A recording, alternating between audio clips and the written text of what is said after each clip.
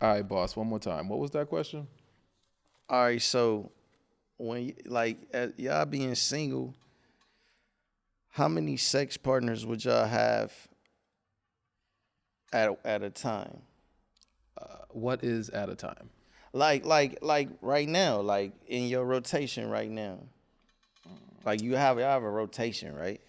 Yeah, I wouldn't speak on that publicly, Oh, but well, but theoretically speaking, if I were single, I would probably still keep a rotation down to 2 or 3, depending on how spread it out those, relationships and or sequence of yeah.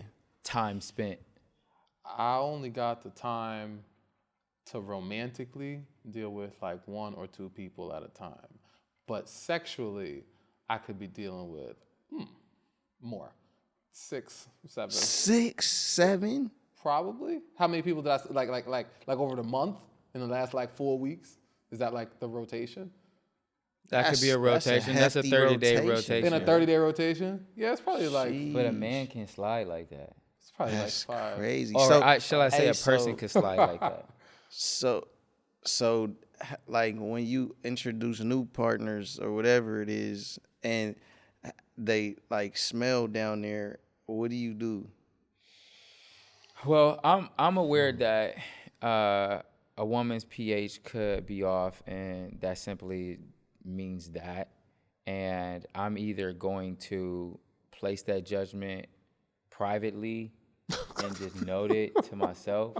So not say to her. Sometimes it's a very uncomfortable conversation, and you don't have to have it if you don't want to have it. Yeah. But when you are comfortable with that person, I've had that conversation and I spoke on it, and she immediately did something about it. Not like right in that moment, but she went and like got her pH together. Yeah.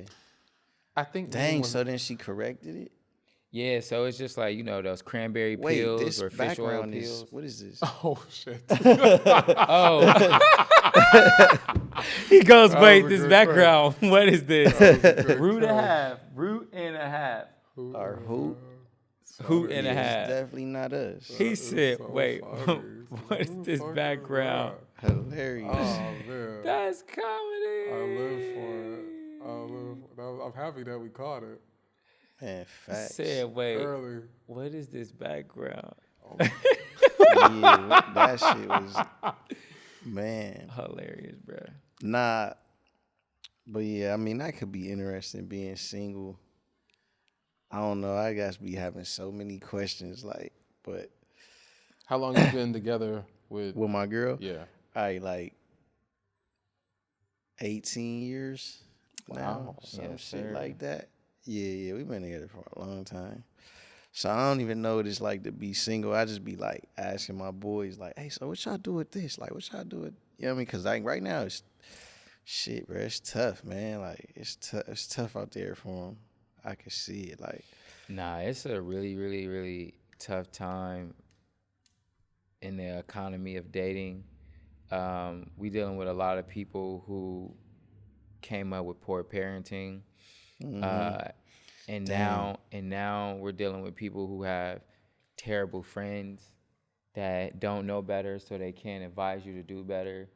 And because nobody's in relationships, no one can give good advice about relationships. And then besides that, a lot of people are friends due to trauma bonding. Like they're here just trauma bonding with each other, and that's the saddest part, because like y'all are connecting because of the worst things that you're going through. Yeah. Like you're friends because both of y'all work at a job that you don't want to work at. Or both of y'all are bonding because your man ain't shitty and your man ain't shitty, or we both hate our baby daddies. Or, you know what I mean? Like rarely is it a relationship or a friendship created out of inspiration. Is usually a friendship created out of desperation. Like Like, what do you have that I could use, or how can I like go to those parties that you go to, and oh, you got a basketball boyfriend, so if I'm close to you and he on the team, I can see the other men that like it's terrible. Yeah. So it's extremely tricky You know, with you dating said right something now. that's interesting that I don't know if it was bad parenting or, bad programming, wording you said, but oftentimes, like, I feel like there's a reprogramming that needs to happen because the way that our parents was brought up and the way that they taught us, it wasn't really like correct. They was trying their best, you know what I mean? And they thought that that's what was best, maybe like on like the more strict parenting, the more like education forward, the more like career driven, like, yeah, I want you to be like a doctor, a lawyer, in the ways, in the means to get it. And also like programming like religion into the kids early. And then also like, mindset on like, I feel like our generation in the past are real big on like the word humble, and I think they suppress a lot of kids' confidence, to where like so much so to where like if somebody is self-confident, they stand out like a sore thumb, and they might be considered weird and arrogant when really they're just confident. Like even just being confident alone is like arrogant to most. I have so much to say about everything you said. So first, I'm gonna start with there's a book called Outwitting the Devil, and in this book, the author is having a conversation with the devil, and he's convincing the devil to tell how he creates hell on earth. And the devil starts off by saying, well, the way I create hell on earth, I started before the child is even born. And he installed fears, insecurities, worry, and doubt into the parents. And as soon as the child is born, parents share their fears, their insecurities, their worries, their doubts, And then after that, he moves on to religion, which religion teaches you how to fear God. And then he goes into schooling, and then schooling teaches you how not to be unique, how to follow the rules, and Yeah, how to fit in. how to remember pointless things That you're not gonna use that in you're life. not gonna use. So, Yeah. bro, check out Outwitting the Devil. Listen to that. That's a life hack. It teaches you a lot. It opens your eyes up to a lot of things that you may have never noticed surrounding your entire life. Yeah. And then you also said they use the word humble a lot. If you look up the word humble, it literally means to belittle yourself to make someone else feel better. Moving forward, the word narcissist means to love yourself with abundance. But the word narcissist has such a negative connotation, and the word humble has such a positive connotation. But when you really look up the wording and the definitions of what they mean, Yeah. bro, being humble is the worst thing you could possibly be. Not the well, worst thing, but yeah, it's like it's a terrible there's thing a to way be. to do it. There's a way to do it. It's like you don't throw certain things in people's face to make them feel bad about themselves. But one thing you don't do is dim your light, because someone else's light is just not as bright as yours, just to fit in. I mean, if they not confident, they just gotta meet you where you are. And I feel like, there's a reprogramming that's happening where like I feel like this new, like maybe like starting with our generation and then the newer generations to come are reprogramming those things where they're like, wait a minute, I don't really fuck with what my mom and dad was they just didn't get it. You know what I mean? And I think that they even understand. I know my parents is willing to admit like, okay, yeah, like he was on some other shit that we didn't really know about, and that nigga did his thing, and like that shit works.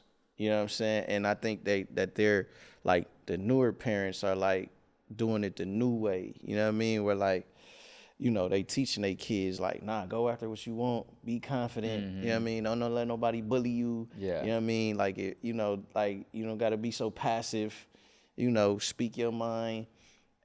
Be creative. And I don't think that was I was a thing. And even in sports, like you got parents like it's OD now. Like used to go play in the street. Your mom and dad like really wasn't on you about like, oh, you want to play football? You know what I mean? Like, are we gonna go to camp? You want to play basketball? Now the kids they in Parents is AAU, they in extremely- camps. They looking at it like, okay, yeah, we gonna buy in.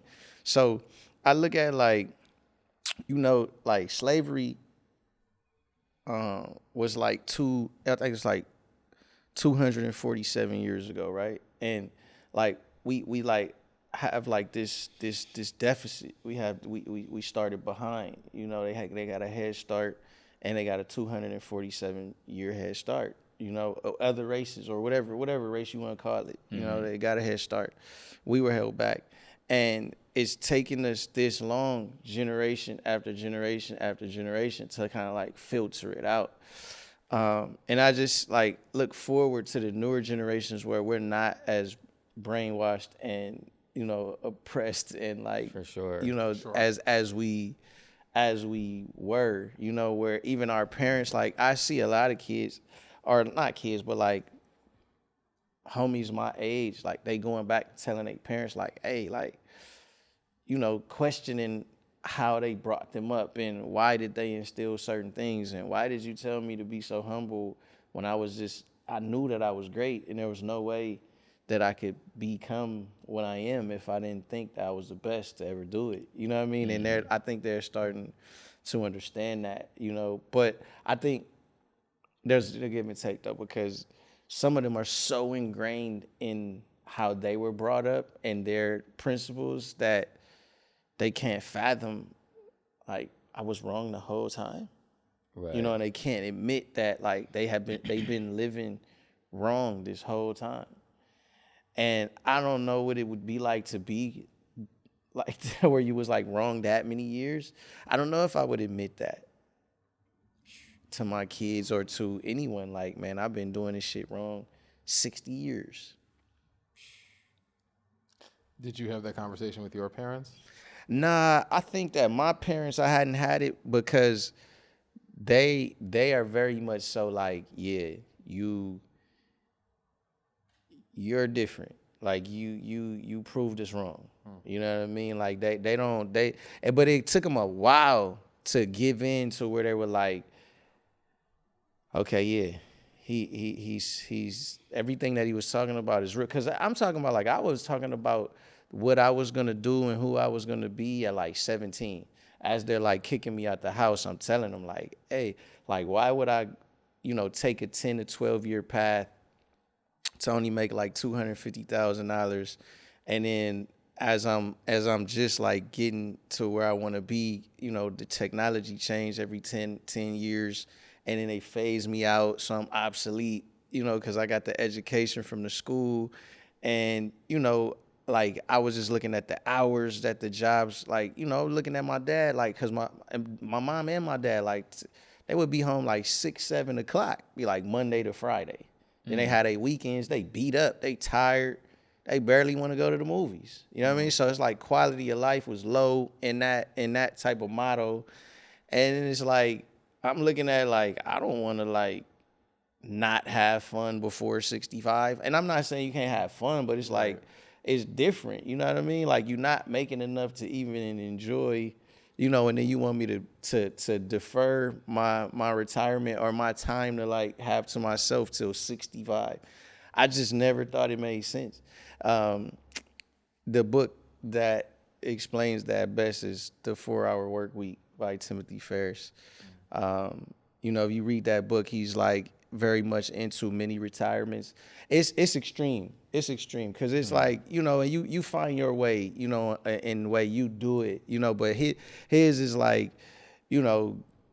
why wait until 65? Just do it now. So try to find like an automated online business to bring passive income come in, like get it fully automated.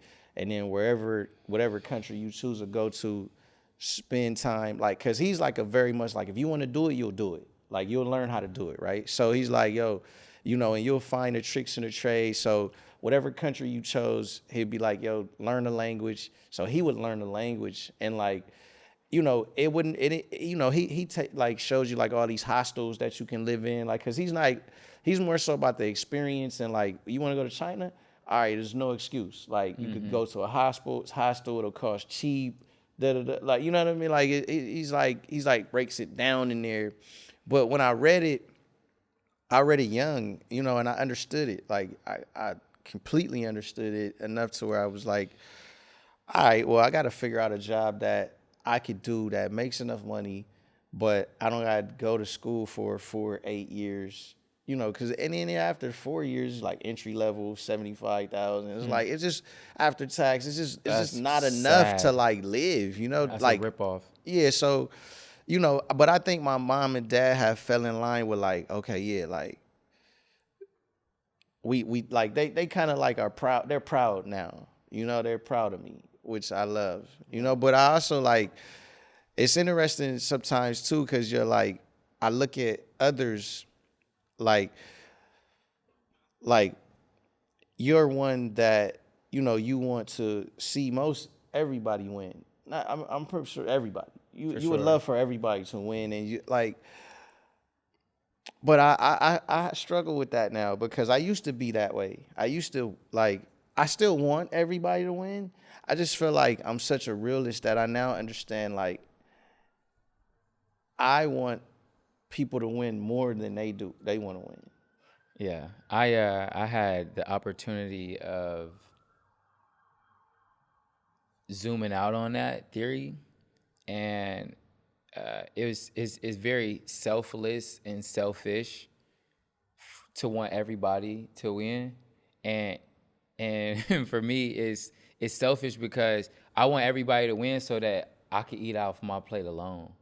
Mm-hmm. You know what I'm saying? Like, Yeah. yo, if everybody got their own plate, then everybody eat off their own plate. I get to enjoy all of what's on my plate. Right. Yeah, And not have to 1000%. spread it thin. You know what I'm saying? Yeah, I feel like But it's also selfless because you like, oh, now he got his own, now he got his own, and she got her own. Yeah, like, you boom. look at it totally different. Like, I look at it like the way that I feel when you have it like on autopilot, where like, the bills come out auto, you don't really think about it. You don't think about like, oh, we need to go on vacation on Tuesday. Like, all right, cool. Like, get the best room, Like, the peace of mind that I have, like, I don't wake up with an alarm. Like, I just wake up. And that's when the day starts. Like, just like the way that my life is set up, I just want other people to experience that, because I think then, like, if they were living in that motto where it's like, cause like, it's so funny, like, Vic is like coming into his own, and he's like understanding these concepts, and he's like, dang, everybody is just so stressed, and they are. Like, people are out there right now. stressed, panicking, and it's like, that's no way to live. And that's why I'll be like wanting it so bad for people, because like, actually, like, the whole world would be better if we weren't stressed out and like in survival mode. Like, imagine how many people are in survival mode and they're not even really upset with you. They just have a circumstance that they're so stressed out that it just like, it pops out sometimes. It might pop out on you. It might pop out on the guy at Target. It's just, you know what I'm saying? Like, and I that's why I be wanting it for everybody. Like, yo, like, we need to get this shit together. Like, but it's just like, everybody don't want it. When did you get it? I mean, I got mine. Like, I feel like there's like, at a young age, as I speak to a lot of people who are like successful or like have gotten far in their career, you have this like burning sensation in your soul early that I'm unique.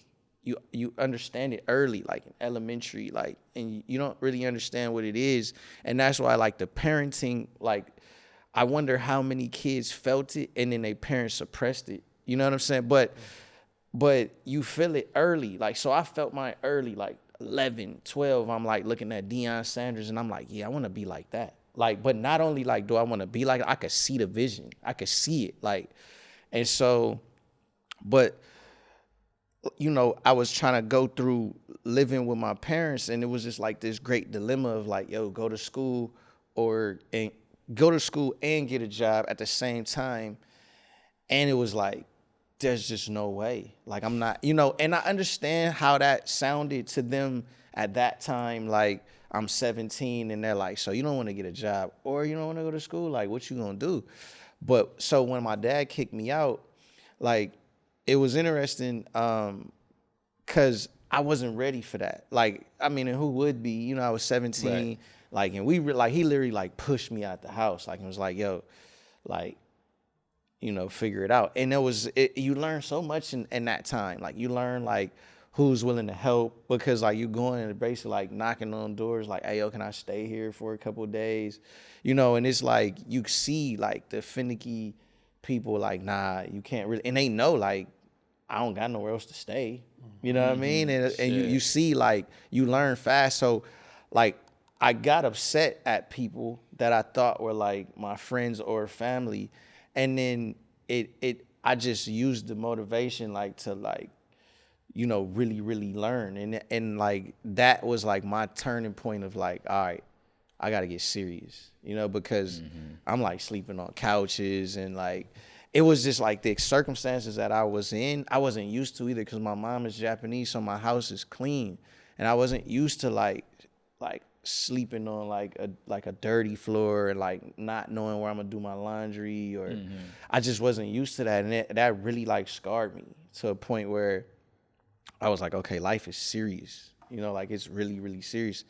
And that's what made me like kind of isolate, because it was like, you know, that was like trauma from people to see that they weren't willing to help me. I had like a big chip on my shoulder, like a big like fuck everybody chip. So it was easy for me to like isolate, like stay away from like my friends and family and kind of get in my real estate bag. You know what I mean? And it was like a real estate life bag. It was like everything that you went through during the time of like, you know, everybody has their time of, I call it like awakening or click, where they click in and they're like, all right, that's it.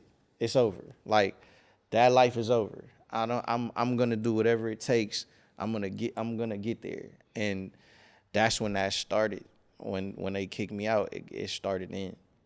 So 17. For me, if y'all ever seen the movie Matilda, One of my favorite movies. I'm pretty much Matilda.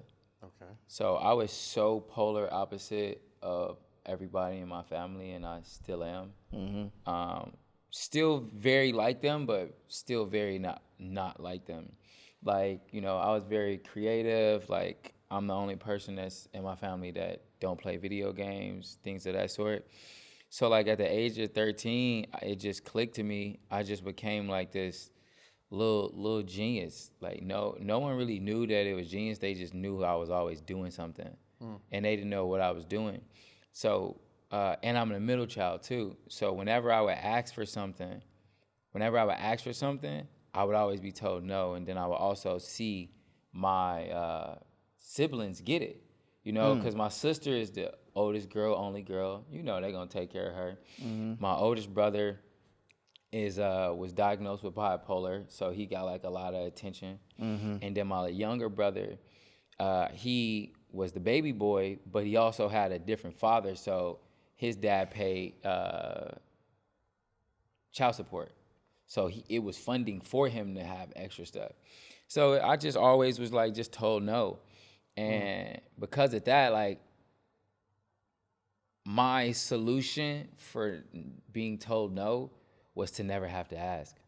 So if I didn't have to ask, no one could tell me no. Yeah. So I would just be like, oh, like I got to figure out how I get this. And I understood supply and demand at a young age.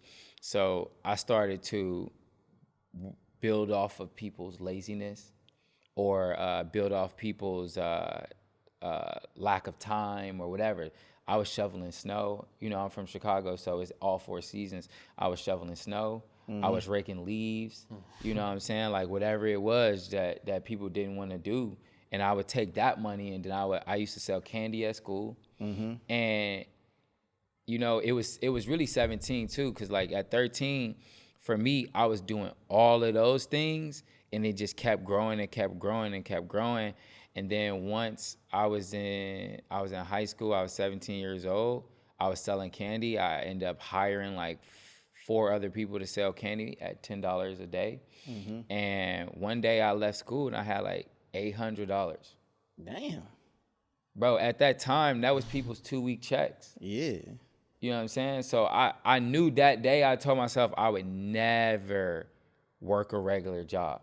I would never work a regular job. I would use my intelligence to figure out how to create funding and money in this space. And that's where it really started. I was just like, bro, I'm never going to work a regular job. I looked in my fucking pocket and saw all that money. And you got to think about it like we kids, not hundreds. That shit is like ones and fives and tens and a couple of 20s, bro. But it was like this fat ass knot, and I'm on the bus going home. I got $800 something in my pocket, and I'm just like, what the fuck, Yeah, that's bro? crazy. I was buying all my own. I was buying I had my first cell phone on my own. You know, you had to pay for the minutes and shit. So I had my first cell phone. I was buying like a bike if I wanted a bike. Yeah. And but that created a disconnect with me and my parents because they're trying to discipline me, but they can't discipline me because you can't take anything from me because I bought it. You can't take my phone away from me. You can't take my TV away from me. You can't tell me I can't ride my bike. You know what I'm saying? So like it created a disconnection with me and my mom. And it's interesting because when I was in college, I went to school for video and film. While I was in college, I had a English class, and the assignment for the class was to write a story about a moment of clarity. And a moment of clarity is when you realize something and it changes your life. So I had a terrible relationship with my mom, not because I wanted to, but because like, you know, the love and affection I wanted as a child wasn't provided to me from my mom, through my mom. And that fueled me to want to be successful. So I was just like, yo, if you're not going to give me love, you're going to give me respect. So right now, like what love is for me isn't what love is for everybody else. Like what love is for me is priority. You know, the time, the importance, what is it like? Time, you know, just whatever priority is. Like for me, love is priority. It's like, and I mean, everything that mom's wasn't yeah, really you know what I mean? So like right now, like all of my success was built up from my parents won't give it to me.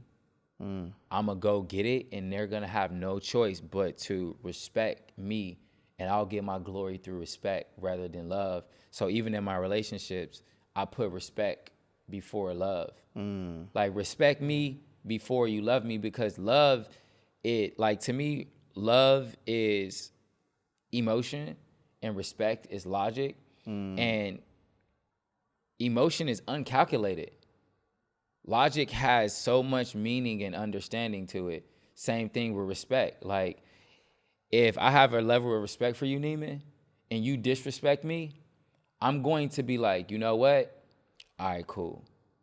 But if I love someone, or if someone loves you and you betray them, that same energy can be flipped to kill you because they love you so much and because they were so hurt. Bro, respect don't really work like that. And like logic don't work like that neither. Like if somebody steal from you, logically you'd be like, bro, if I killed him, I end up in jail for the rest of my life. Probably shouldn't do that. You know what I'm saying? But love, you would be like, I hate this motherfucker, where is he at? Pow! Now you spending the rest of your life in prison. Yeah. So it's different, but Are you at the place where everything is on autopilot? And I'm for sure in the place where everything's on autopilot. Autopilot, auto pay, like, bro, I can't. It's like I'm trying to. So I'm in a space. It's a difference between like the spaces that we're in. Sure. Because he has like broken through other levels of it, and where I'm at, like I'm in a space of autopilot, cash flow dumb, cash flow crazy. I just got to get to the point where cash flow is like that, and I'm on vacations. Right. So it's not on autopilot yet. It's on autopilot. It's all on autopilot. The business is on autopilot. The funds is on autopilot. I gotta create the time. It's not passive. It's cause I just feel like Roper's is like bulk project, like where he'll do like 7 outfits and he'll get like 50,000.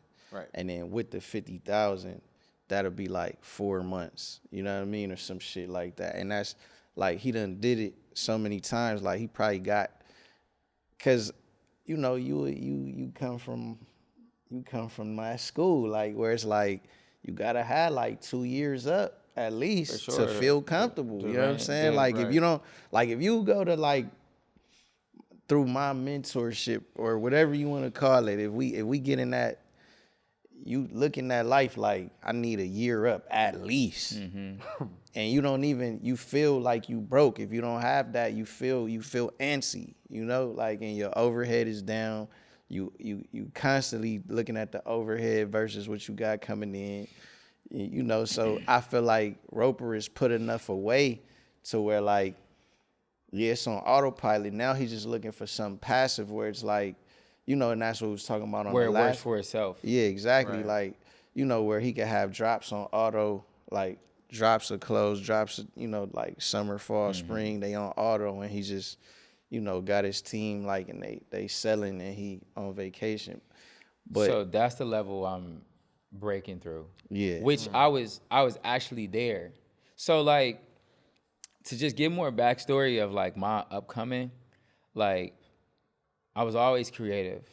I was always like a hustler. And the hustle turned into, the hobby turned into a hustle. Mm-hmm. And then the hobby turned into a hustle. And then the hustle turned into a business. And the moment when I met Neiman was when it turned into a business. And where I fucked up was I allowed my personal life to affect my business. And I got to a point where I was mentally not operating how I usually would operate. And I allowed weeks to go without, you know, managing my business and the relationships that came with my business. Mm-hmm. And because of that, you know, my funds was fucked up. And then that's when they wasn't all the way fucked up. They was like, I got my savings, but my spending, my live money was like. Would you say that moving here from Chicago and kind of like different lifestyle change, like where you going from Chicago to LA being like expensive to live here, but also like being single, where you kind of like, dang, like I kind of want both, where I'm like, I'm doing my business, but then my place is like cool enough to where like I could have chicks come by. And I feel like, do you feel like you was that why you wasn't managing the money correctly, or you feel like you just you were doing it and then you strayed? I was doing it and I strayed.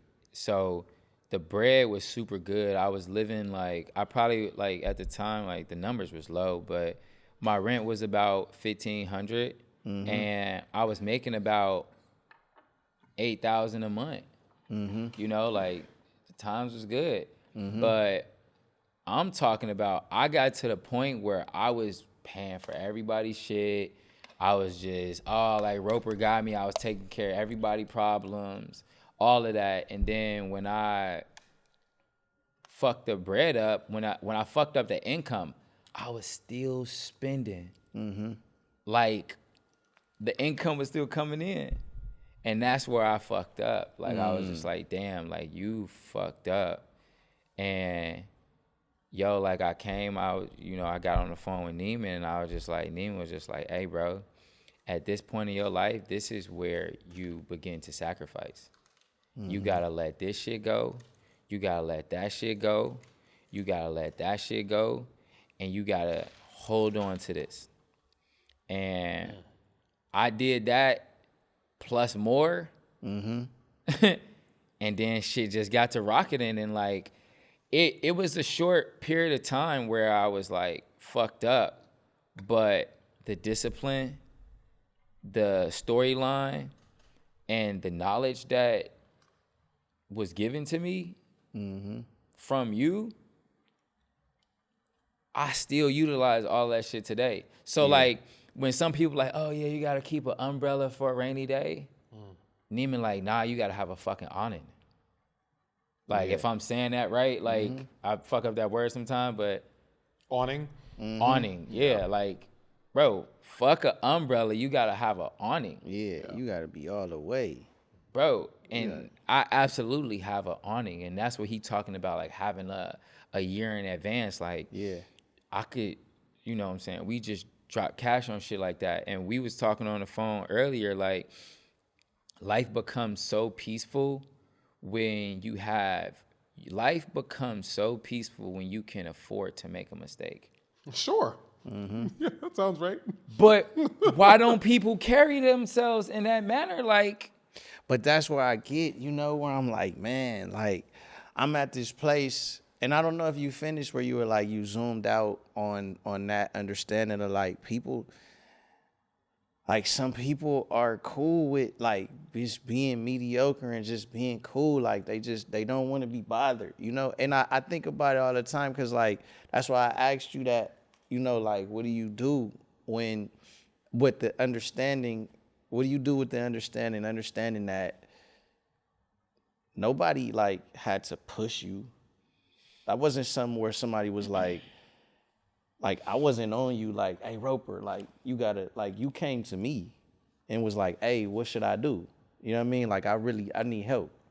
Like, and then it was like, oh no, he's serious. Okay, cool. But how many people come to you? oh my gosh. Every day, all day, But are you already serious? nah, like that people come, I feel like they just want to hear something. Cause this is my thing. Like I'm big on this. Like there's two people that are gonna say yes every time. It's either like you want to lose weight, yes. You want to be rich, yes. They're gonna say it every time, no matter who it is. But then you start like walking them through it. Like, all right, well, you want to lose weight? All right, cool. Like, let's just walk 2 miles, and then let's just eat, like, you know, clean for like 2 months. And for some reason, like they just Don't want to do it.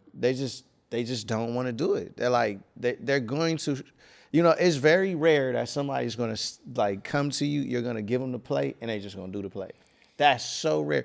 And I say that only to say, what do you do with that understanding now where you're like, I mean, I just gotta wait till they come to me.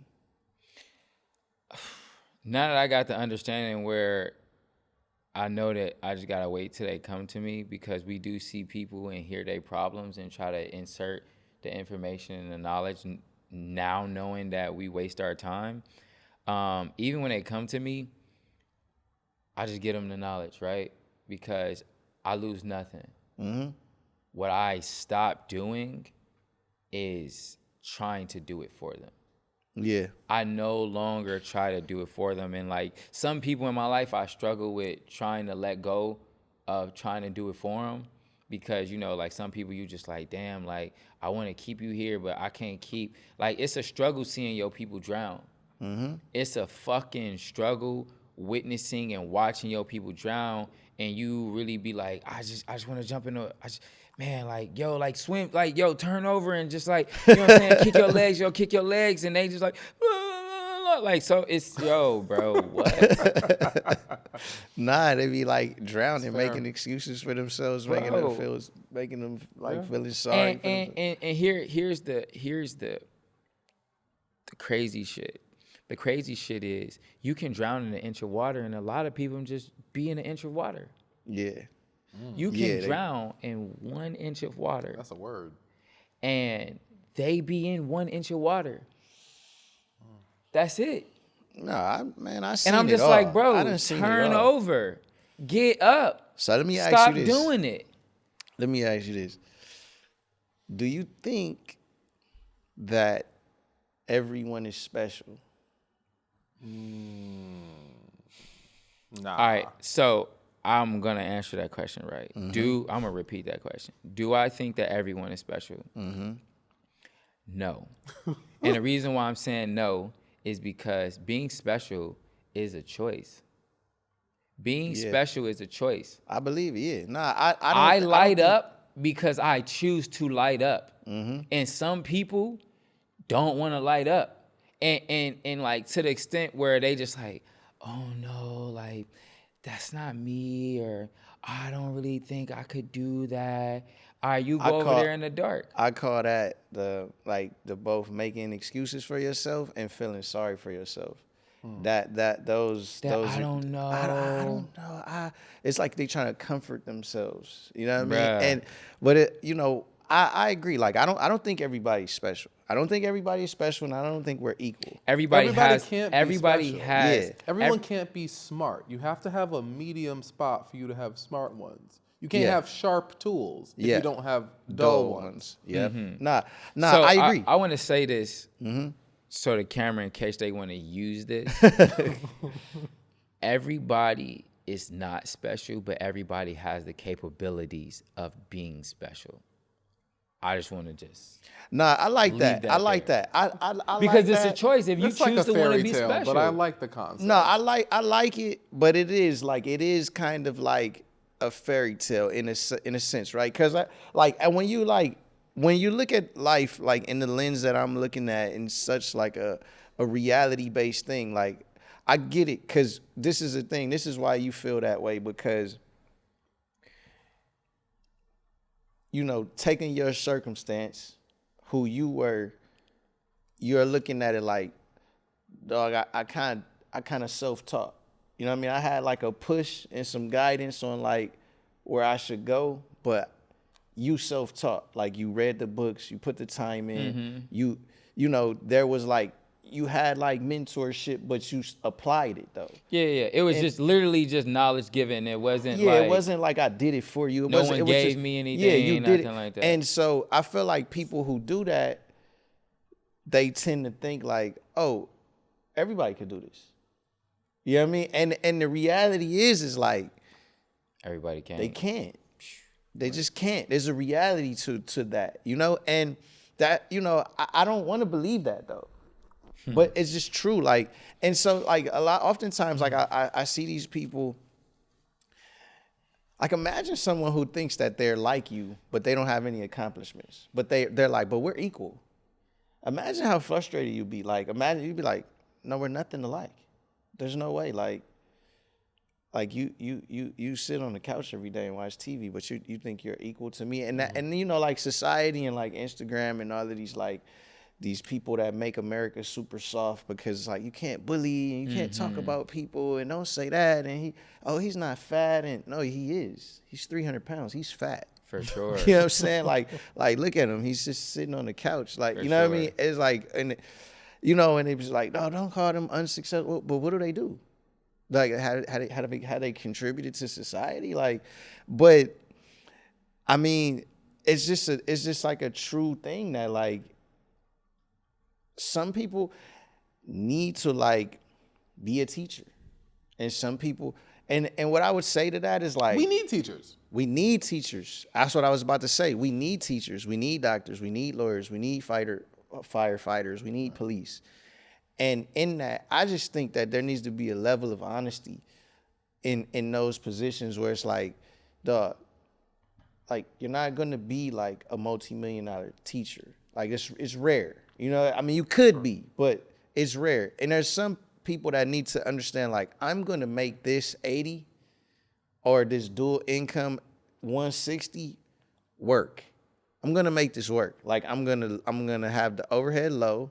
I'm gonna save, and we're gonna write down like what we like to do. We like to jet ski. We like to dirt bike. We like to paint. We like to, and we're gonna figure out in that budget how to do it, and we're going to be happy.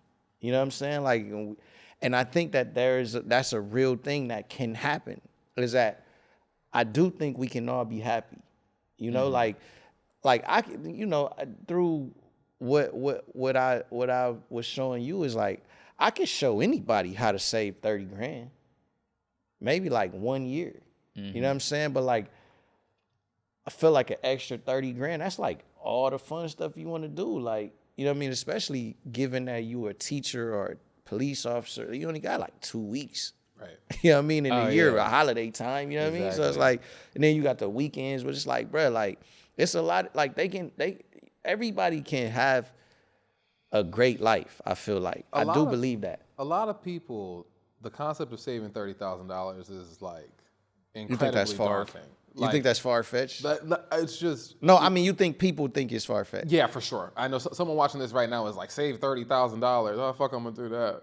Yeah, I know someone just thought that. You know, because I could tell you right now, number one, people are so attached to things that they're not willing to sacrifice to get to that point.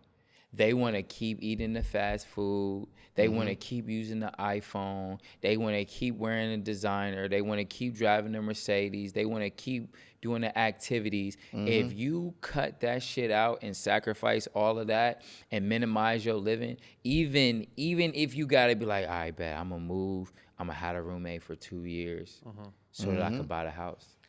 Right. even Sacrifice. yeah, it's like, because like if you break it down to like when you're in that sacrifice mode, that time period in your life, you're very much so not wanting to be seen. I mean, I don't know if I wouldn't want to. Like, this is a time where I'm like, I'm not really dressing well. My plan isn't together.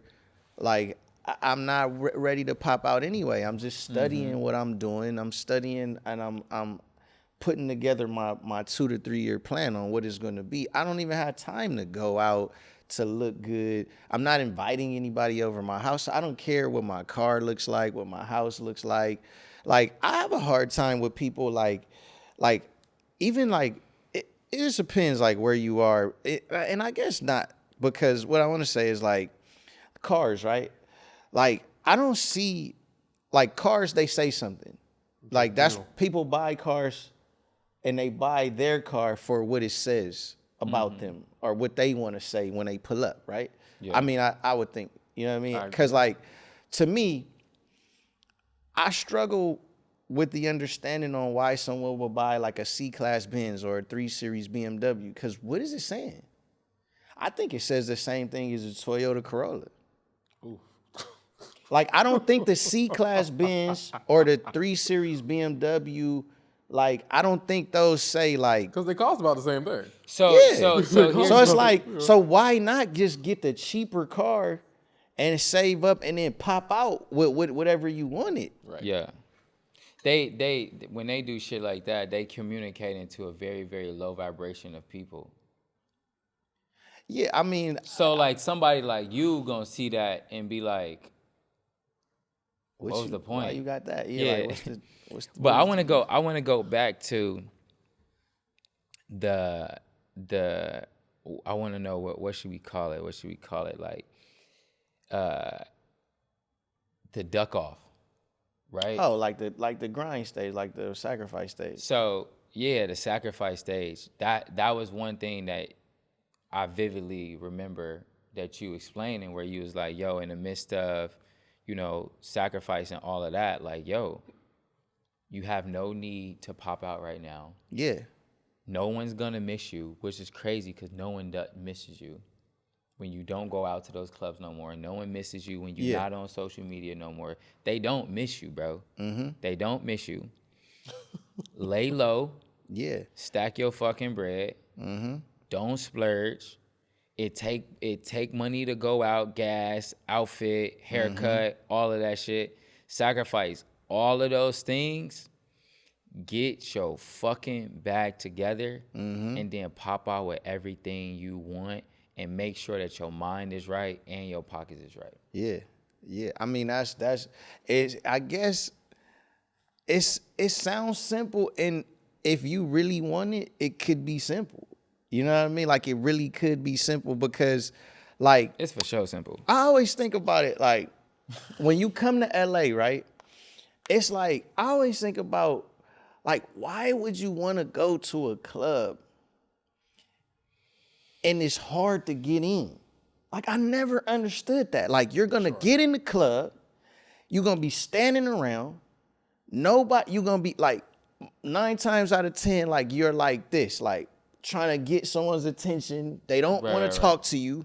You know what I mean? It's like, why you even waste your time doing it? Like, bro, go in the house, you know what I mean? Get your bag up. Go do, you know what I mean? Whatever you doing, whatever you got to do to make a couple dollars every month. If you got to Uber, you got to, whatever you got to do, you know what I mean? Make the overhead, and the overhead, your rent, your car, your what you eating, like, really go through it. Like, all right, my rent is this, my car is this, like, and minimize that shit to a minimum. What about the people who not spending money on that type of stuff? Because, like, if you're not making, this is LA, major market, if you don't make, like, more than probably, like, $6,000 a month, it's hard to save money. Yeah, but, like, all right, because that's the thing, like, I feel like if some people need to go home. I was just about to say that. Go home. Some people need to go home. But then when you go to that smaller market, you still got the same problem. It's even harder to make. They're the Nah, like, cause I feel like it. Like, can I say something real quick? Yeah. Listen, there's people who are doing it. There's whole ass families that aren't living beyond their means, that ain't trying to go to fucking clubs, that ain't trying to drive these crazy cars. Bro. They're still broke. No. They making a way. They own houses, all types of shit like that. They coming together. It might be 2 families in one home or whatever. Yeah. But they making a way. Some people know how to make it work. It's the people who want to be flashy, who want to be I'm gonna tell you who he's talking about. That. He talking about the Hispanics. I didn't want to say it. He's talking about the Hispanics. But they making it work. But because it's so funny, I look at that, right? Because because like a lot of people, because a lot of people think that I'm Hispanic. They like, and I'm here, so they like, oh, he's Hispanic, and it's tricky out here when you look Hispanic because, like, just keeping it 1,000, like, a lot of Hispanics are service workers. You know what I'm saying? Where they cleaning cribs, they cleaning the pool, they doing construction. And a lot of times people laugh at that, but I'm looking at the business of it all, and I'm like, okay, she charging me $400 to clean the house. It's taking her 2 hours. She got at least 3-4 houses set up. You know what I mean? Right. So, and then it's widely known in California, like, Hispanics and Latinos, they'll pair up. You know what I'm saying? And they go, huh? Nothing drives me up more than a 35-year-old who lives at home. Nothing. But it's not. But it's Nothing. it's nothing about, like, you can't look at age that way. You know what I mean? Like, if you in that situation where you need to be in grind mode and you need to save, no matter how old you is, why would you, like, first of all, like, if you was here, like, the motto in which you, like, sacrificing and you saving, you need to try to live as free as possible. It needs to be as close to free as possible. Right. Like, and it's also the like, reduction of all expenses need to be as close as to zero. So top ramen it is. You know what I'm saying? Like, yeah, it needs to get that I call it drastic. the college diet. I don't do the college diet no more. But it needs to be that drastic though, because when you add it up, it's like even I forget what it is when you do what's 30 times like 30. 600. 600. So Right. that's like $10 a meal if you're doing 3 meals, and that's still like, it's still like that's too much if you in sacrifice mode. Like you need to be saving every bit of it, because it's like Top ramen 50 cent a Yeah. pack. You could run that 3 times. yeah, and it's like bruh, for 30, Or even if $1.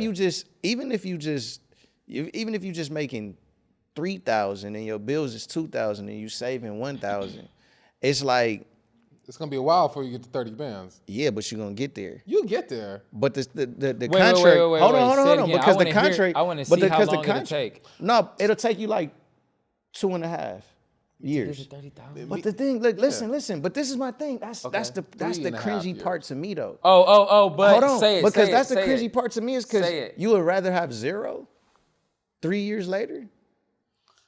That's I don't understand that. Because like basically, Why would you like He if used you to say this all the time. He used to be like, "Yo, if I can guarantee you $3,000 in 2 years, would you take it, or would you just not have nothing in 3 years?" Everybody is gonna choose take to the have the 3,000? Anybody smart would take the 30,000 Because that's what I see. It's like a repetitive cycle where it's like you don't want to stop, reduce, zoom out, and be like, all right. Because it gets to me to a place where I feel like people don't believe in themselves enough to where they like, okay, if I save the money and I really sit down, zoom out, come up with a plan, study it, figure out my discipline, get my energy right, get in a place where, I'm not dependent on people's affirmations on like if I'm out and, trying to please the people back home with the pictures at the club and the pictures with the celebrities, and all it is like a waste of time, waste of money. It don't do nothing for you. Like if you could get past all of that, it's like, why not do it? Like, why not take 3 years? Because in all honesty, if you like do that, and you're going to get addicted to saving money. It happens. You're gonna get so motivated by seeing the nugget get bigger and bigger and bigger. After year 1, it's never gonna be year 2, 12,000 saved. Never. Once you get to 12,000 saved, dog, I mean, it's going to grow. You're going to get addicted to, and that's just like with losing weight. And that's why, like, it's something about like the discipline mixed with consistency and drive, and just like the drive, the willingness to just not quit and believe in yourself. That person is dangerous. See, and bro, you just fucking said it all. I hope they know exactly how to chop that up so that they can get it out. But what he just said is, accept the goal, accept the challenge, not for the result of the money or the weight loss, but the person that you become. Yes, 1,000%. Achieving the goal. Because You understand? You see how much change has to happen to you internally to get to the 30,000, but by the time you hit the 30,000, you're now a motherfucker who can do 100 racks. And let me tell you, like, what happens is, like, with Roper's situation, same thing. I told him, like, I told him to completely get rid of his place. You know what I mean? And we won't go into the details of, like, what I told him, but I did tell him, like, go move in with somebody else. Like, that's ideal. And the interesting part was, it wasn't long before he modified the plan. Like, I don't know how long, but he modified. It was almost immediate. Yeah, like he modified the plan to where, like, it went from like him making one number to like him amplifying a number, but still like minimize the bills. And then all those books that he's read, I didn't tell him to read none of them. Like, it would just became a hunger, and the discipline and the consistency. Yes, you did. You told me to read Well, Rich Dad, I'm Poor talking Dad. no, but I told you to read Rich Dad Poor Dad, 4-Hour Work Week. But the other, I'm talking about the book that you Outwitting just said the today. Devil and stuff like Yeah, that. Yeah, you did those on your own. But There I was, it but clicked. you was in at that Yeah, point. it But that's what clicked. I'm saying. Like, Yeah, that's what yeah. I'm alluding to, is like, once you start, you get addicted to, like, the small wins become like, all right, I got a small win today. Small win today. They Absolutely. accumulate into a snowball effect. And so, like, there's things that I didn't tell, like, Roper is vegan. I'm not vegan, but it was just a part of his discipline that came with the understanding and the knowledge and applying it and seeing the wins and seeing his savings grow and seeing, like, I feel like even in that moment you feel a shift in the universe. The universe starts sending you stuff that you always were wondering, like, dang, I couldn't unlock it. What was going on? And then it's something about showing the universe that you're worthy and that you're ready. It will start presenting those doors. It will start opening the doors. I don't know how else to explain that, and it sounds like You just evolve, you shed that fucking skin, and you just come out different. And I've been trying to find a way to tell the world that I know they so used to this version of me, but it's about to change. Like, I'm evolving, I'm shedding skin, like, right now. And I feel like they really like this version of me, and they're really comfortable with this version of me. But How long you been in this version? I've been in this version for at least 2 years. Okay. But, like, I change frequently, like, evolve in the best ways, you know what I'm saying? But this version of me, I've been tapped into for about 2 years. And the reason why this version of me is expiring is because this mindset, it's just so prepared. It's just time, right? Like, it's millionaire time. It's multi-millionaire time. You know what I mean? Like, and when you shift like that, like, the way you spend money changes. Not even in a lessener way. Like, it's like, yo, like, I'm looking to make big purchases. You know what I'm saying? Like, mindful with the economy, of course, but I'm looking to make big purchases. I'm not like, you know what I'm saying? Like, I'm not going to buy Supreme no more. And you know what I'm saying? I'm not looking like, yo, like. What's a big purchase? A big purchase is a Cartier watch. You know what I'm saying? Okay. Like, a big purchase is like, you know what I mean? Like, I was sure you meant like a house or like a I'm car, purchasing like homes too. I'm looking to purchase homes in Chicago. Like, I'm looking for all of that. Right. But it's just big boy time. And the reason why, so for instance, when I say this version of me is changing, like, the version of me, like, you pull up and you doing business and you wearing that chain and you wearing that watch and you talking about millions, they're gonna associate with, like, oh, this is a person that has money, that's used to seeing money. But, like, you pull up in a fucking Model Y talking about multi-millions, they might be like, huh? Like, yeah, and you know what? I'm glad you said that, because I feel like so but many I'm not times, faking it. I just want to say that I'm not faking it. Like, I'm really getting to it, But that feels and like I could afford to do all of those things. That feels like an argument to be the flashy one buying shit you can't afford. But see, that's why I said what I just said. I'm really getting to it. I could afford to. But if I got purchase the all of watch these and I things. got the chain, then I look like I got millions, and I'm having conversations with niggas with millions. But but there's a point. There's a real. It's an energy with it too, though. Not to say that this is how I think, but this No, is how, I get it. I get it. There's a person that's it. like fake it till you make it. Yeah, Right. but there's a point too where, like, They you might can just get in the afford. door because it though. Right. Yeah, Go ahead. there's a version of it that works. You know what I mean? Yeah, like, right. there's a version of it where you can, like, fake it till you make it. I've seen both versions. You know what I mean? But it's like, that's like the get lucky version, and I'm just not a magic trick guy. Like, I'm gonna show you how to get there. You know what I mean? It's not gonna be the magic trick.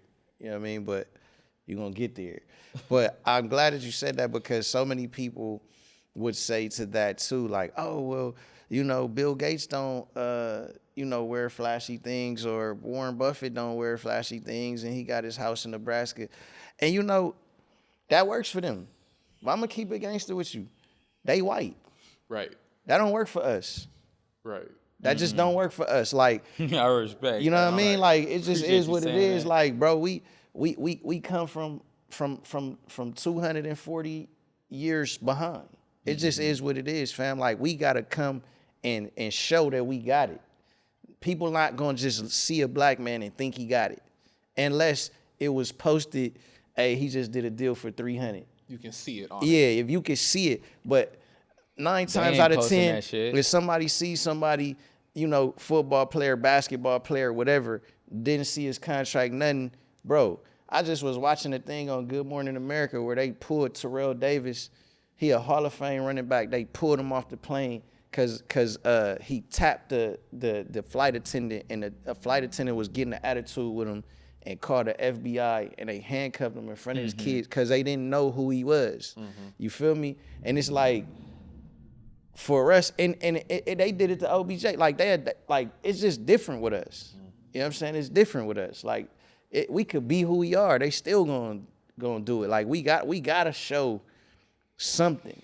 You know what I mean? Like to give a clear understanding. And there's a point in time when you do that though. It's not like soon as you get your first 50,000, go get your first cart. Nah, no, that's not what's when happening. You do it. That's not what's happening. You need to be like, if you can afford it, you know what I mean? It's like you get to that point where you up 2 years on your overhead. You know what I mean? And you got some shit coming, you got passive income coming, you got a good savings. Okay, cool. Now I could go make my purchases. I could go, you know, and that, you know, when what you like, you know, because that's what I say also, like, yeah, Bill Gates and them, they don't like clothes and shit. But they got 100-foot yachts though, and they got multiple $100 million cribs. Exactly. That's what they like. That's what they spend their money on. They got fucking we spend our money vacation different. homes that they go to every 3 years. So, you know what I mean? Like that's fucking $200 million. Like, but yeah, they play different. You know what I'm saying? And we gonna get to that space too, For sure. Yeah. As Off you the know, top. and there's a momentum that happens when you're like in that mode, that sacrifice mode. We're gonna have to come up with a name for that, because like there's so much that goes into that period in time where you're like, it's like you're forming who you are. Like when I was listening to you talk yesterday, it was like, you know, a lot of people wouldn't understand that character that you're like, I'm you know, they would be like, what do you mean? Like you're like being this character. But it's like, I get it, because in that moment, you're like, like so many people are telling you to stop being so confident and stop believing in yourself so much and stop saying you're going to be who, you know, and you sound crazy to them. And it's like, but in that moment, that's when you're like building that person up even more, where you're like, those small wins are like proven to you more, like, you know, and that's when like, just, you know, like when you open your business banking account, it's such an accomplishment for you, you know, and when you told yourself like, okay, I'm not gonna eat meat for 30 days, and you do it, you know, like that's such an accomplishment for you, you know, because you're like patting yourself on the back, and nobody else kind of knows that you're doing it, you know, close people, but, you know, and when you like read a chapter, you know, a month or a day, and you know, you turn that into 2, you know, and it's like that momentum, something about you like believing in yourself, and you know, you start developing those like, all right, yeah, like I'm gonna try to not eat meat, I'm gonna eat clean, I wanna you start researching like why are people stressed, why are they not sleeping well, why do I need to eat clean, why do I need to eat vegetables, why do I need to take vitamins, why do I need to drink water, or why did my mother try to push the education on me? Like you know, you open up, like some people call it like this third eye or whatever. It you know, it just depends, like whatever. But something does happen in the universe where there's a shift, and you can force the shift, and that's why we would believe that anyone could do it. You know what I mean? But it's like there's like this understanding where like, yeah, everybody could lose weight too, but they're not gonna do it. Absolutely not. You know, so that's where we get, you know, in that, like, do you, where does your belief lie? Like, do you believe in God? Do you like religion? And did you grow up religious? I didn't grow up in a church, so I didn't grow up religious. And I'm glad that wasn't really pushed up on me, because a lot of people are brainwashed when it comes to it. I do believe in God, and I use that name lightly because there's multiple gods. You think so? Yes. There's multiple gods, like there's multiple dads, right? And if you're just simply saying, hey, God, like if you walk in a room and be like, hey, Dad, a lot of men can look up and respond. Sure. So there's multiple gods. So you have to be careful when you going, dear God, I am looking for some direction. Like, because a wrong God can respond to that. So you have to be intentional with when you say that. So even when I say God, I say good God. You know what I mean? To be specific on a positive, you know, higher up. Yeah, that's the first. But Well, that's not the first. Like, I feel like in like Greek in mythology, like they have like different gods. Like they have like the god of sun and god of moon and Wrath. yeah, like they war. have like the different gods. I've heard that. What do you feel about? How do you feel about God being within you? Yeah, that's exactly what your conscious is. Your conscious, that voice in your head is God, right? But see, here's the thing though. You let God know how to deal with you. Because you are God and God is you. Right? And with that being said, like you train your God how to deal with you, right? My God don't play that. Like everybody's God is different because like the voice inside of your head is different from the voice inside of my head, and the voice inside of my head is different from the voice inside of your head. My God, I have trained my God to not fucking play. And my God don't play. And when I say my God don't play, I like, my God, I'd be like, dog, what the fuck is you doing? What the fuck is you doing? Get your ass up. Why are you here? Why are you being weak at this moment? This is not the time. Get the fuck up, get your shit together. And then some people's God is like, it's okay. Like, oh, like, da-da-da. But you train God how to deal with you because God is not a forceful person. God is always going to give you a choice. I don't think the voice inside my head is God. Why you say that? I don't. Now watch this. I don't think so. Why? Because the instances or higher power things that I see and deal with, or that I feel like prove to me that there's something more going on, are nothing like the things that are going on in my head. So what goes on in your head? Chaos. You have trained your God to listen to me, bro. But I don't think of spirituality as a chaotic thing. But so listen to me. Or higher power as a chaotic trained thing. your God to allow that to happen. Listen, you train your God to allow that to happen. And to be honest, bro, the devil is a god. The devil is a god. So like you can allow that energy to rule your world and allow it to be chaos, bro. You either live heaven on earth Is chaotic or you live bad? Bro, if you find joy in it, how can it be bad? I asked you because you said it was the devil, so I just hence. No. I just mentioned that the devil can be a god as well. Sure. So you can hear that God Well, and entertain that. Like chaos. Like what? What is the chaos that you're seeing?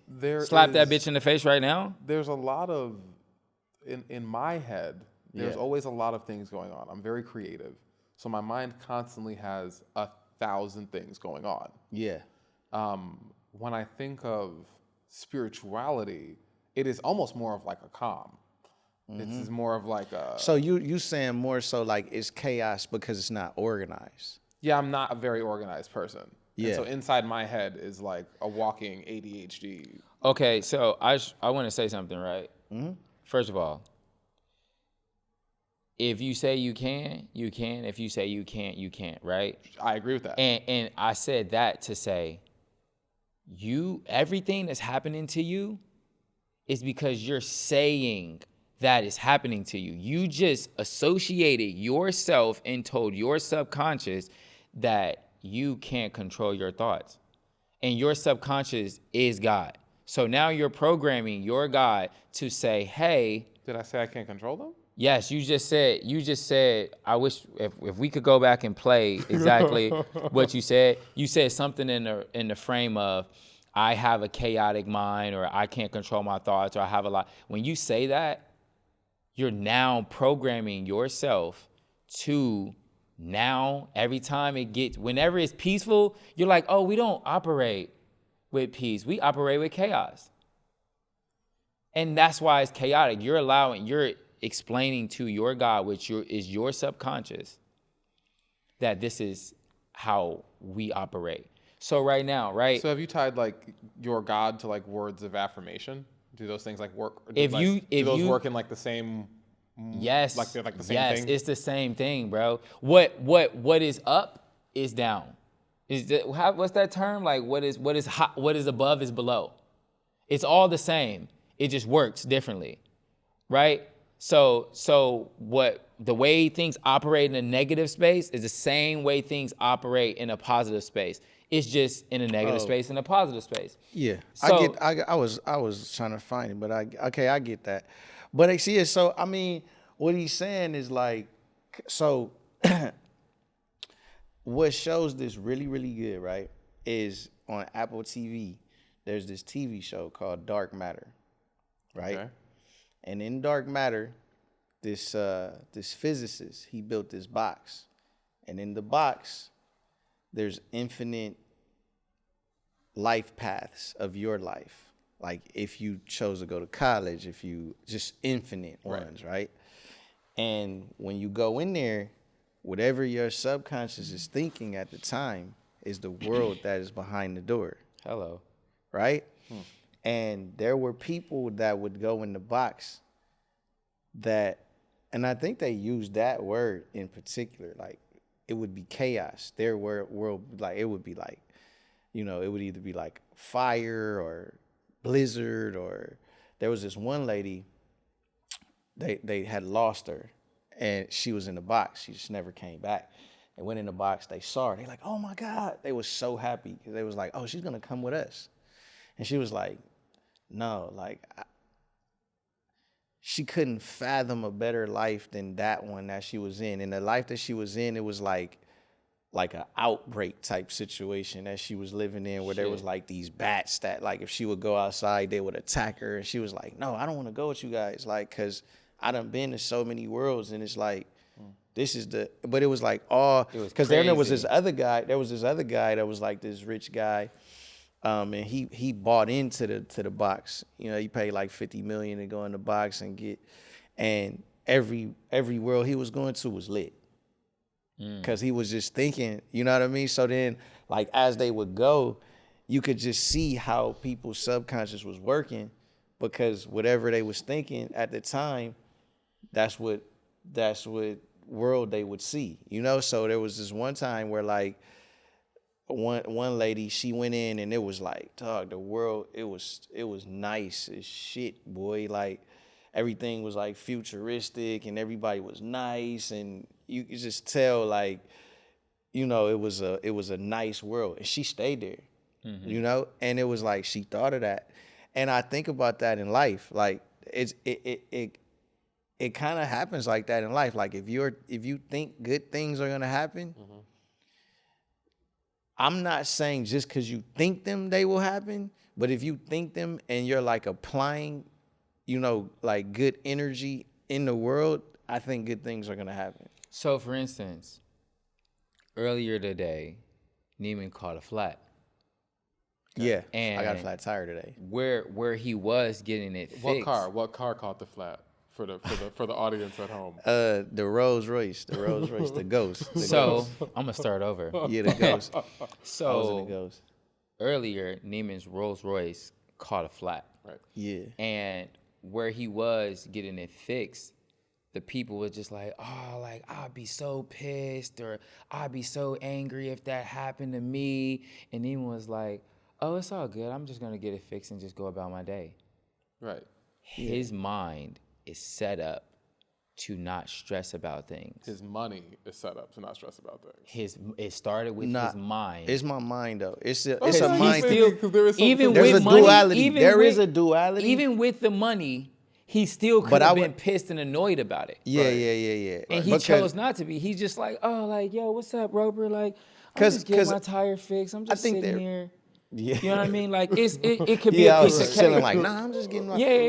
Because it wasn't to the end of the convo where I said that. Like, we had a whole convo, and then I was like, oh, yeah, I'm over here getting my tire fixed. He's like, But it was "What?" pure bliss, right? Right. So I wanna say this, right? One time, this girl asked me, would you be angry if this happened? And I told her, no, I wouldn't be angry.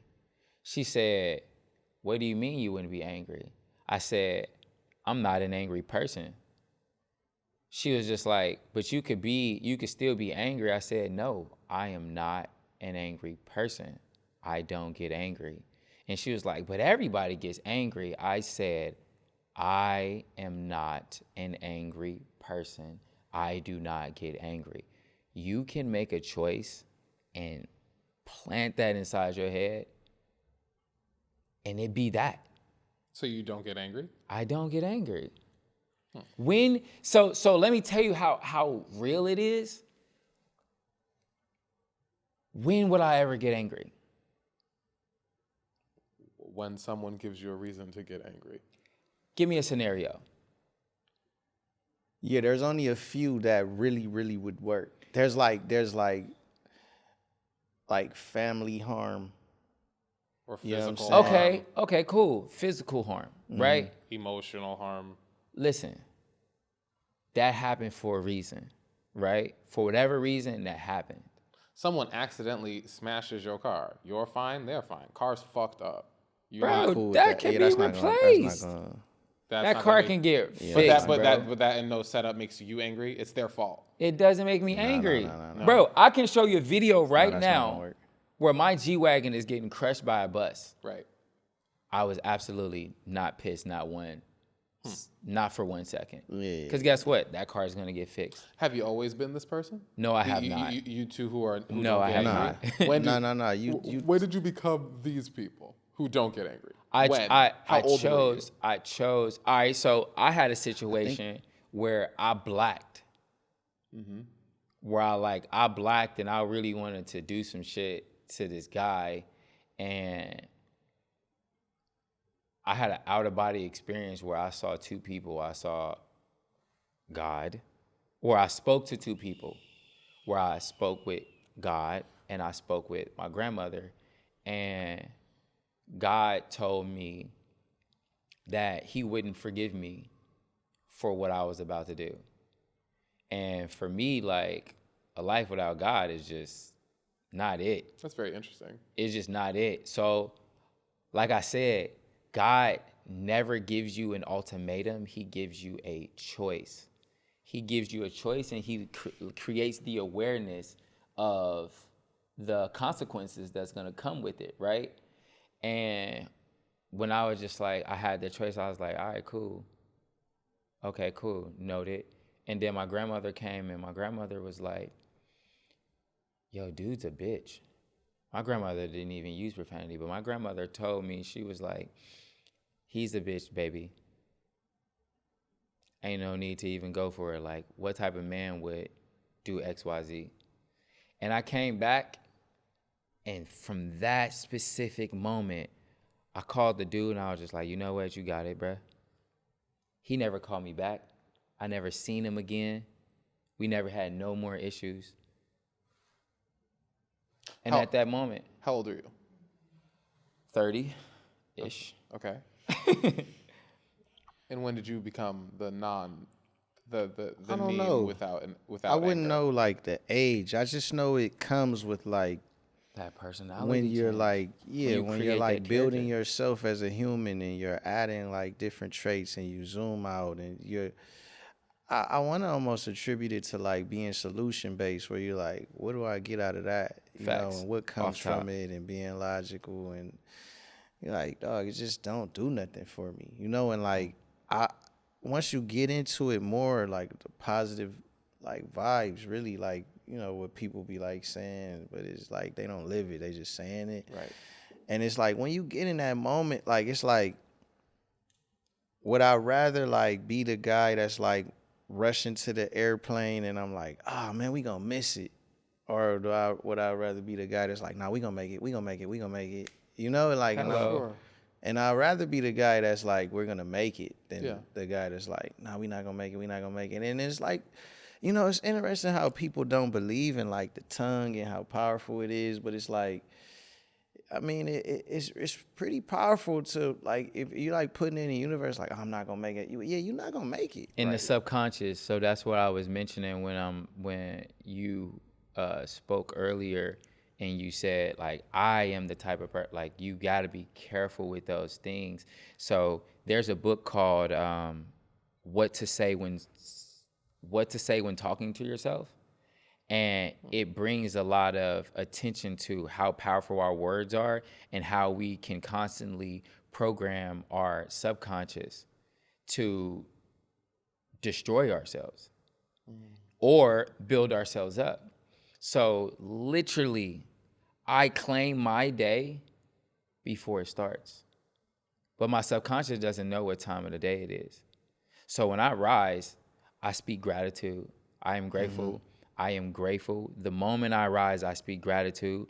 I am grateful to be able to live another day, to be able to give love, to be able to receive love, to be able to learn, to be able to teach, to be able to create new memories, to be able to receive love and affection, support, and to accumulate wealth.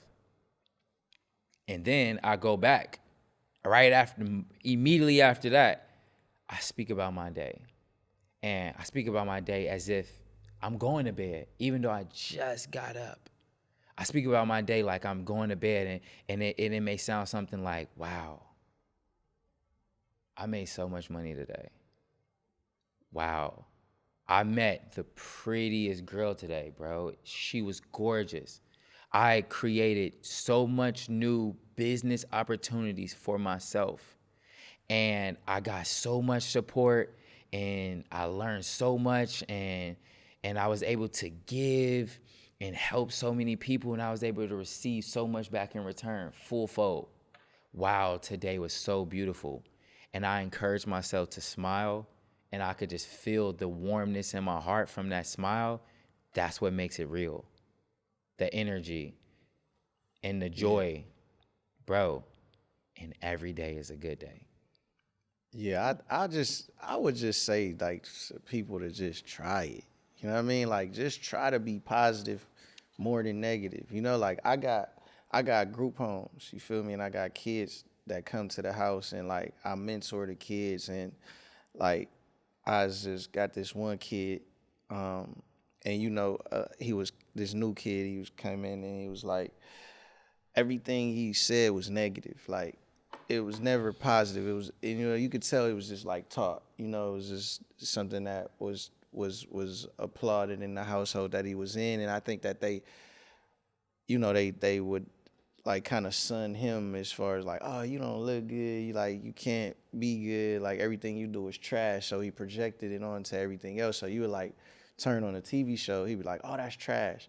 And you would like pull out a soda and he'd be like, oh, that's trash. Like everything was like anything that he would mention would be trash. He would never be like, oh, I love that, I love that, I love that. And I was like, yo, like, hey man, like, you know, I don't really want to hear what you don't like. I want to hear what you like. You know, like, and it was interesting because it kind of hit him like, what? You know, and he had to think about it. I was like, yeah, like, bro, what do you like? He responded like 2 days later. He texted me. Like, he called me Mister. He's like, hey, yo, Mister, like, I like Sonic the Hedgehog. I like macaroni and cheese. I like Tupac. Oh. And I was like, people aren't taught to like just embrace talk the about things they love. Because like, when I was on my journey, like what stuck out to me was like, when you talking about people and you talking lowly, it's low vibrational. And when you talking good about people and you speaking life, it's high vibrations. And I always want to vibrate high, you know what I mean? So it's something about just the understanding of like your mind frame, all you thinking is positive like the whole time. And sometimes you gotta like trick yourself, you know what I mean? Like where you like, you understand reality, and you can understand that it could go the wrong way, but you like, nah, like, But it's not. yeah, like, But it's not. and I mean, I just feel like I just challenge people to just try it. Like, just start thinking more positive. You know what I mean? And like, so a while ago, well, I want to plug that book that basically teaches you how to think and speak positivity. To be more clear, the book is called What to Say When You Talk to Yourself. And it's on audiobooks, and you could just go find it. But yo, listen or read that book. And I promise you, when you practice these techniques, and or even when it becomes more aware of to you that you're doing yourself a disservice by speaking negatively. You know what I mean? Like, read that book. But when it comes to like speaking positive and, having things like good happen to you, like, it's been plenty of times where I could have missed a flight and I just didn't. Like, I just recently went on an international flight where I was checking 3 bags, and I got there literally at the cutoff time where you're supposed to check your bags. And I was just like, I'm going to make this flight. I'm going to make this flight. To the point where I was saying things that the other people needed to say in order to clear me. The guy was just like, when is your flight? I was like 12:30. Oh, I was like 1:30. It was 12:30 on the dot. You got to check your bags like almost 1 to 2 hours ahead. So I'm just right there at literally 1 hour ahead. He calls somebody and he gets on his phone, and I'm just like, everything's good. Everything's good. Everything's good. He comes back like, everything's good. 2 bags. Bing, bing. He's like, go right over here. Da, da, da, da. I believe it, bro. Bro, like, and in every situation, I always just speak life and positivity into it. And that's what I receive from it. This is what I would do too if I was. It seems like abstract, and it's not as abstract once you start to do it. You listen to Frank Ocean? I don't, but I do understand the power of manifestation. Yeah, so he got this line that says, mind over matter is magic. I do magic. Meaning, what you think is far more real than what's physically happening. Because your mind creates your reality. Your reality doesn't create your thoughts. No, I agree. I agree. I just think that to try. That's okay. I'm sorry. It took me a second. Something I was like processing just like as you were saying it, because I was still processing the line and the Yeah. line. No, I agree, bro. Yeah. I agree. I think that a simple way to try it is to like build the habit. And the way you build a habit is you do it for like 2 weeks, 3 weeks every day, repetition. Right? And so it's like this thing where I was doing it on my Instagram earlier this year where I was like, I wasn't doing it for me. I was really just doing it so people could do it with me. And it was people that actually started doing it with me. Roper's on like day 201 of it, where he's like, doing the affirmations every day. You know what I mean? He's on 201. I just did it for 21 days just to kind of inspire everybody to like reprogram their DNA, where they're like reprogramming it to be positive rather than negative, and speaking life rather than the opposite. So like, you got to look at things like that too. Like, all right, let me create this habit of thinking positive. Let me create this habit of being consistent. Let me create this habit of being disciplined. So then you pick certain things, like whatever it may be, like, all right, whatever is hard to you, all right, I'm not going to eat red meat. I'm not going to eat fried foods for 21 days. I'm not going to eat, you know what I mean? Whatever it is, like, just try it. Just like pick something and do it for you. Like, I'm doing this for me to see if I can do it, to see if I can hold myself accountable, and along the way, build a habit. And habit build enough to where you build enough habits. You become that person. Yes. And another book plug. The book that teaches you that is called Atomic Habits. And that book is amazing. And I don't know if you read that book, but that book is literally verbatim. It teaches you how to become that person. And Atomic Habit, basically, one of the most important things that you need to know about creating a habit doesn't stick if it doesn't attach to your personality. So for instance, like someone that don't associate themselves with being a fashionable person, it's hard for them to get up and put an outfit on every day. But if you be like, yo, I'm a fashionable person, I get up and get dressed every day because when I look in the mirror, I associate myself with being a fashionable person. A smoker is going to smoke because he's like, I'm a smoker. You know what I'm saying? A drinker is going to drink because they like, I'm a drinker. Of course I'm going to drink. So like, for instance, the opposite side of it, I'm a healthy person, but I'm not a fit person. Okay. So because I don't associate myself with being a fit person, I get in the rotation, I get in the gym, I'm like, man, what the fuck am I doing? But once I adapt the personality trait of being a fit person, that's when the habit sticks. Because now I'm a fit person here before I'm a fit person here. Now I'm a sober person. Now I'm a... Exactly. Right. So, and that's a great example because in the book, they give an example of two people who are smokers that are attempting to quit. One person walks up and they like, yo, you want to smoke? He said, no, I'm trying to quit. He still associates himself with being a smoker. So then there's another person walks up, here's a cigarette. You want to smoke? I don't smoke. Yeah. Hello. I didn't read the book, by the way, but I just... he put it together, but bro, yeah, you associate it with a personality trait. I am a wealthy, happy, and healthy person. So everywhere I go, health is going to be involved, wealth is going to be involved, positivity is going to be involved, and that's just how I live my life. And that, like, I think that goes back to, like, the person that thinks that it's far-fetched to save 30,000. It's like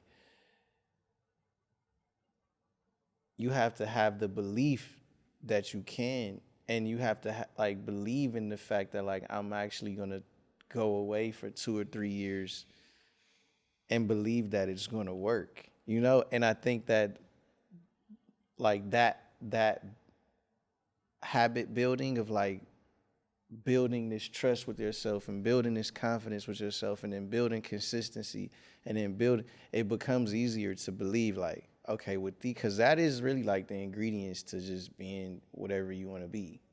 Right. Really, like all of those things mixed together, you can do whatever you want. But, you know, like, because that's an interesting question is like, most people think it's far-fetched, and I think it's a belief system, like, because they don't want to waste time. I don't know why, but like so many people don't want to waste time. They feel like they don't have enough time. But you know, I'm amazed sometimes by like guys who are in jail.